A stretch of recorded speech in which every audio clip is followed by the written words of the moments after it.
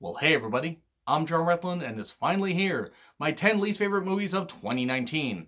A list that I've been asked about for a while, and it took me a bit to complete because I've seen a lot of good this year. The 10 favorite movies of 2019 list will be up shortly. But with this list, I had no problem filling out the top 10. If anything, I had to take some movies off to put some ones that I really hated. I could have done 10 to 15 dishonorable mentions if I really wanted to, but I wanted to just keep it to 5 because my movie reviews haven't gone anywhere. Check out the playlist and you can hear my full thoughts on that. So I'm going to savage these movies briefly, but I'm not going to go into every single detail because you know why? I'd be chewing my food twice. And let's just get right on with the list with the dishonorable mentions. A Haunting at Silver Falls: The Return felt much more like DLC to A Haunting at Silver Falls in a full-fledged movie. Assimilate. Take everything about Invasion of the Body Snatchers, make it worse, and then rip off everything that worked and make it worse, and you have Assimilate. Aladdin. Live action version of a movie that should have been way better than it was, though the cast wasn't that bad besides the way they made the Jafar character shit. The Prodigy. Bargain basement bullshit horror movie that had an interesting concept that could have gone somewhere and it didn't. And Girls with Balls, which was a French horror comedy about a volleyball team that got trapped by some hillbillies in the French mountains, and it wasn't very good, and it was easily the least funny movie that I've seen all year. Those are just the dishonorable mentions, and if I didn't like those, what do you think's going to be on this list? Well, let's find out. With number 10, Serenity. Not the 2005 sci-fi movie, but nope, with Matthew McConaughey, Anne Hathaway, Jason Clarke, Diane Lane, Djimon Hounsou, and an island setting, a murder mystery type thing, possibly. You think that this is going to be a great movie, and no, they throw a bullshit twist in there, which, sorry, spoilers, just waiting for a second if you wanted to click away. It was a video game, and that was a bullshit explanation. It was cheap. They could have just made a typical murder mystery and just had some good performances, but no, they decided to throw a twist in that nobody really asked for, and I don't mind twists in movies, but when you just throw a twist in for the sake of a twist, you're like M. Night Shyamalan just without the talent, and this movie is shit. It looked good, and that was it. That was the thing about the movie. The movie looked good, the cast looked good, and that was about it. But yeah, that whole twist and just the fact that it wasn't very interesting even up to that point is why it's number 10. Number 9, Countdown. Yeah, Countdown I was a little too kind to in my original review. This movie really did deserve an F because of the whole thing about a killer app that takes people out and everything. It tells you how long you have until you die.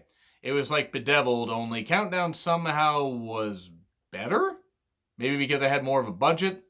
But both movies were pretty goddamn shitty, and this one didn't have, again, any bad performances in it. It just had one-note characters and just cliches abound, and no scares, by the way, no scares at all. You didn't care about any of the characters because none of them had any substance to them. It was, again, about a killer app. What do you expect? Number 8, Soul to Keep. Hey, you want to see some idiots go out onto some farmland and try to fight Beelzebub? Okay, watch Soul to Keep. A review that got me some flack, and I don't understand why, because it was just my opinion, but yeah, Soul to Keep was ass.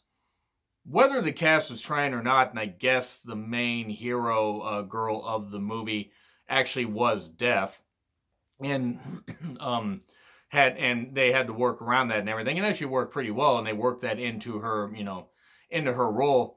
Regardless of that, the movie just wasn't scary, and then it had an ending where it was like, I'm going to have my cake and eat it too, or I'm going to take my ball and go home, and it just brings almost everybody back to life after they apparently died, but then they didn't die, and they hinted at a sequel, and dear God, don't you dare do a sequel. This movie was really bad.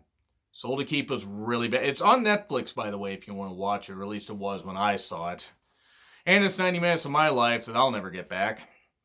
We then go to a Netflix original movie at number 7, The Silence.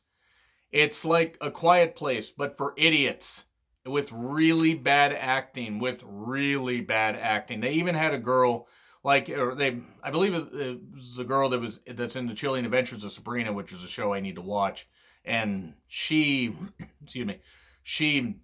was playing a deaf girl, a girl that, developed deafness because of a car accident and everything. like in A Quiet Place, except that actress was actually deaf.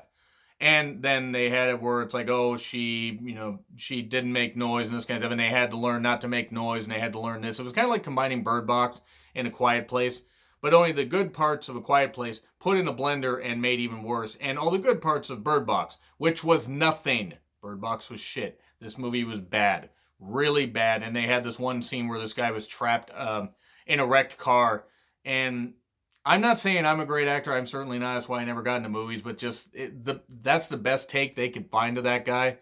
Him seeming like he wasn't struggling at all, and it was really, really bad. Like, ow, I'm in pain. Ow, ow, ow. It wasn't good. And they tried to make it seem like it's this big dramatic thing about the human race having to fight back against these creatures that got released from a cave, and it was stupid. Number 6, Velvet Buzzsaw, another Netflix original movie about art that is evil and kills people. This movie had Toni Collette, Rene Russo, and a few others. It had Jake Gyllenhaal. It had a lot of people in it that could have made this work. It looked like it had some money put into it, and it wasn't interesting. Now, some people liked it. I don't know why people liked it. I pretty much hated this movie. None of it really made sense. But then also the plot was super simple and everything. It was just about art that was all evil and stuff like that. And they tried to make it seem like it was smarter than it really was, except it wasn't. It was just a dumbass, stupid horror movie that you didn't care about any of the characters. If you guys did, that's great. I didn't. Number 5, Girl on the Third Floor. CM Punk in a horror movie about a girl that kills people. The German Shepherd died in the movie, and I pretty much hate it from right there because I hate movies that kill off the animal. Let the animal escape or something, and let me believe that the animal goes to a happy home. I'm not saying everything needs to be wrapped up in a little bow, but I'm an animal person. I just don't like seeing that in any movie, horror movie or otherwise. I don't like seeing that. Didn't like seeing that in Cujo, even though the dog was evil. But anyway, this movie it could have been at least entertaining, and it just wasn't. It was soul-suckingly awful.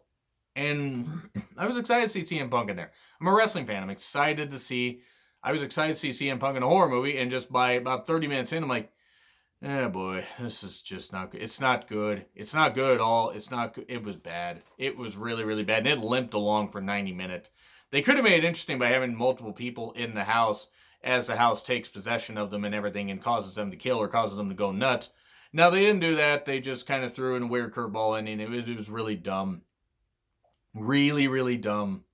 It just made no sense. It also looked like it was made for about maybe $50,000. It just was not. I think maybe renovating the house took up about half the budget. But Girl on the Third Floor, not good. Number 4, In the Tall Grass. Well, you want to watch Patrick Wilson, overact and everything around a giant rock in a grass field, and then watch other people, act really badly as grass tries to take them over because it's a grass maze where there's an evil alien something entity that keeps people trapped and makes them repeat stuff like Groundhog Day. Well, this is a movie for you. This isn't the movie for anybody, though. This isn't a movie even if you like bad Stephen King adaptations. This is one of the worst Stephen King adaptations I've seen. And just was one of those where it's like, it had the stupid ass ending where it's like, oh no, you don't go in there, don't go in the field, let's leave, and let's just do this, and oh okay, we don't know who's trapped in there, we don't care who's trapped in there. It just bad. And the Tall Grass was bad. Speaking of bad, Black Christmas, number 3. Okay, I didn't think 2006 version was that great. 1974 version was actually pretty goddamn good, but you know what? Okay, a number of years later, you can make a Black Christmas rendition that was at least good, or you could hit us over the head with the goddamn, feminist movement drum and make it about all women are good, all men are bad. And not even make it where they're characters, but they're caricatures, and they're not interesting at all, and that's exactly what this movie did. Having a woman empowerment thing isn't all that bad at all. Having it where women are treated equal is a good idea. But the director and the heavy-handed, just beating you over the head, causing a concussion with every goddamn point of this movie just wasn't good. It didn't make me care about any of the characters, regardless of if there were some good points being made. And also, it wasn't scary. It's a PG-13 horror movie. There was a death by an icicle. That was the high point. That was also the first death in the movie. Yeah, Black Christmas was bad. Also a popular review that I've done. Thank you guys for about 700 views on that thing. But we get to number 2, which was number 1 for a while, The Haunting of Sharon Tate. They took the Sharon Tate murders and added a supernatural spoopy element with a whole bunch of dream sequences and Hilary Duff acting badly. And Hilary Duff isn't horrible in movies. I mean, she's not great, and she definitely wasn't good in this, but then again, she didn't have anything to work with at all.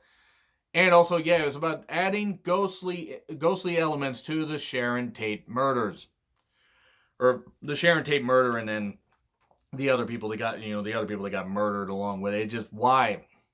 Why'd they do this? Why you do this, Hollywood? Why you do this? It was not good.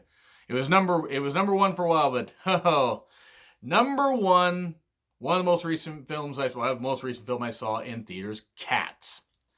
I don't care if the special effects weren't polished up before this movie came out. I don't care that this film was rushed out for awards season. The only awards this thing is winning is Razzies. It's not winning anything at the Academy Awards. The music wasn't bad, do not get me wrong, and if you like the Cats musical, you may like this. Even if they had polished up the special effects as best as they could, you know what it still would have been? It would have been about humanoid-looking cats acting horny, wanting to just fuck each other and everything, sniff each other's butts, and do that, and sing and dance and everything, and act all stupid and, sexually charged and everything for an hour and 50 minutes, and it had no good characters, no good nothing.